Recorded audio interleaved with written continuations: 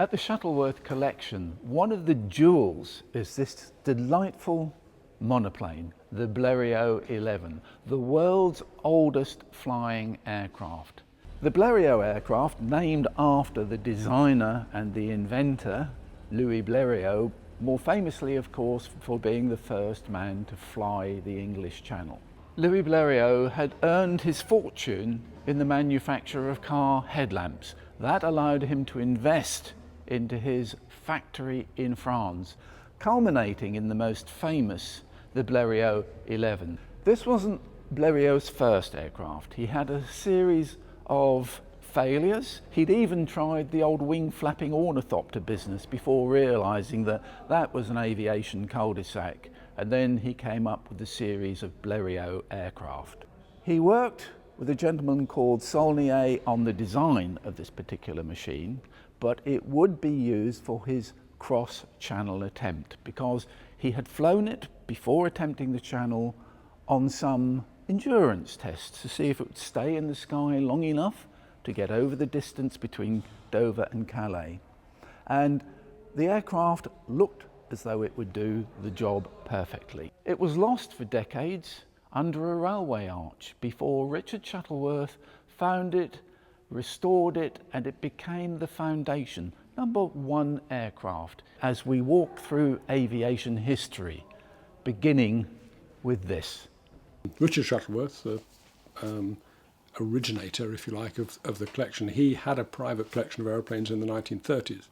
He managed to find a Blériot and a De Pedusa and the Blackburn and restore them to fly. I think he was doing it just out of a matter of interest and a bit of a curiosity thing. It effectively becomes a unique asset to the collection and in fact to the country really. There's nothing else quite like it. There are other Blériots around, but this one is pretty original and it's been here since 1930 odd. There are just slight differences in detail. Ours has a tail wheel, whereas the Blériot one had a sort of bamboo skid. And if I'm not mistaken, the fin shape is slightly different, but basically it's the same machine, same engine, same size. When you look at it, it's wire bracing, it's ash wood, box construction, and the wings do not have ailerons out on the extremities there. They've got wing warping, where wires twisted the wings, because man had not yet figured out the use of ailerons. And there was controversy back then in the wing warping, ailerons, legal suits between different aviation pioneers. And also it's the first aeroplane in a way where you've got a tractor configuration, means the engine's at the front, because many of the aircraft in those days were pusher. The engine was behind the pilot, which was unfortunate for a number of them because they were killed when they hit the ground. They were crushed by the engines. At least in this one, all you had to worry about was the impact and the petrol tank right in front of you. But nonetheless, if you look at this machine, you start to see the genesis of a modern aeroplane. And there were fears then, of course, that the aircraft could be developed for war purposes. And the Blériot ultimately was.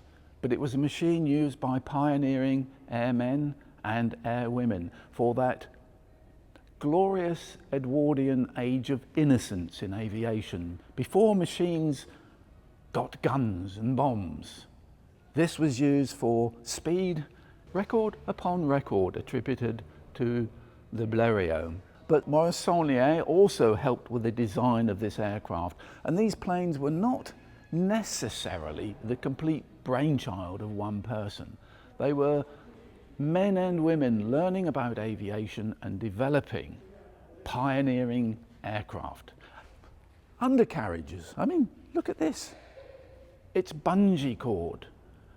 It's incredible to stand over 100 years later and think of swinging the propeller and bouncing across the ground in this tiny aircraft to, I was going to say leap into the sky, but leap perhaps would not be the word. Lift off and gain altitude and head out over the channel.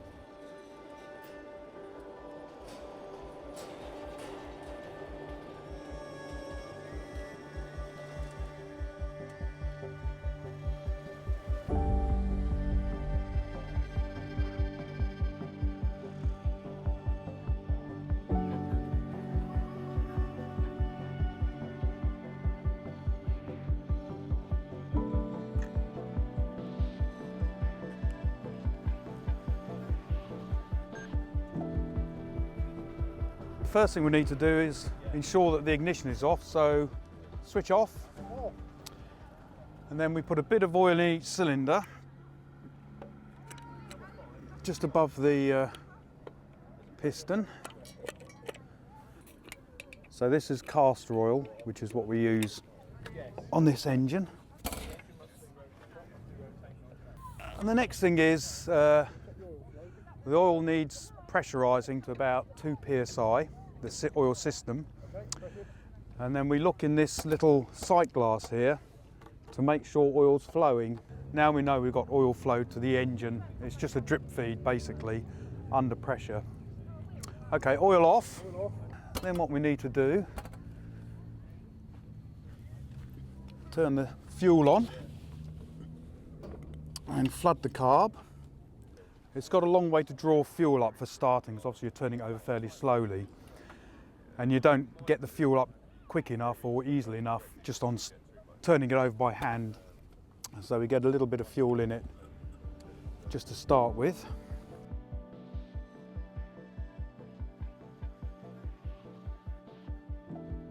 We'll just turn it over.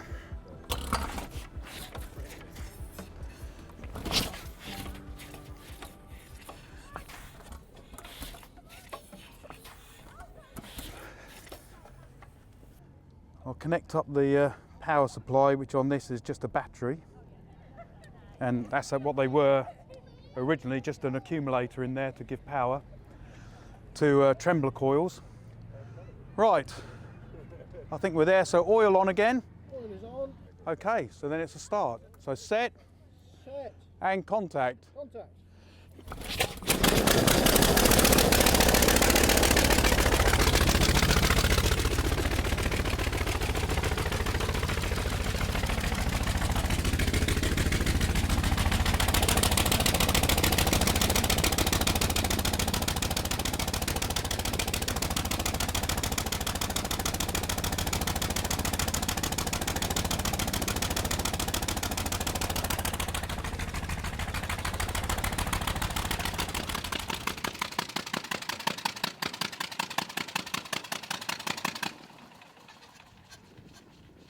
It's not a good aeroplane. I think later on when they put a bit more power in it and got it flying a bit faster, it gets better. The problem with our aeroplane, with the 24 horsepower fan and Zani, there's barely enough power to fly. It might have been better when the engine was new, 1909, but our engine, whatever it is, God bless the engineers for squeezing as much power as they do out of it, but it's barely capable of flight, which means when it does fly, you're very close to the stall in the Blériot. You can't accelerate away from there. That aircraft is priceless, yet its element is the sky. Its element is the sky nowadays in very peaceful, tranquil conditions. When it might do short hops, it will no longer be risked in anything hazardous, and quite sensibly so, because you cannot replace that machine. It's the oldest flying aircraft in the world, manufactured by Blériot, one of the most famous names in aviation history, and you cannot take risks with something so valuable.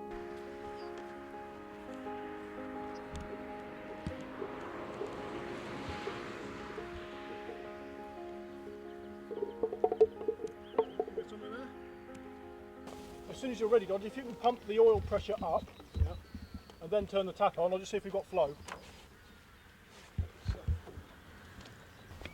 Okay, Dodge off. We've got flow. That was a good start. Yeah.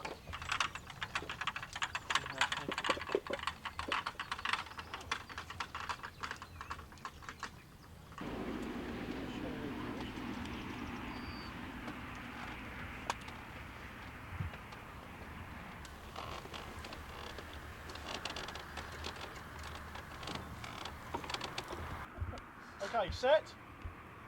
Right. Set. Contact. Contact. Off. Off. Contact. contact. Contact.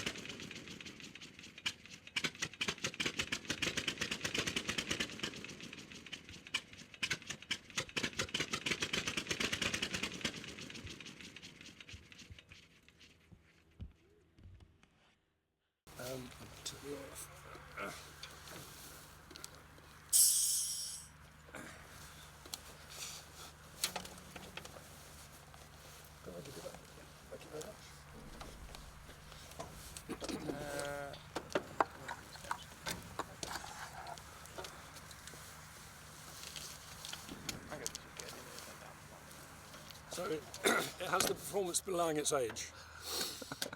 There's a slight tailwind, but there's also downhill on this one, so I think I was able to get a bit faster coming this way because it was just slightly downhill, which helped. But it didn't want to get fast enough to fly going the other way. My advice to anybody that flies this is never fly any higher than you're prepared to fall.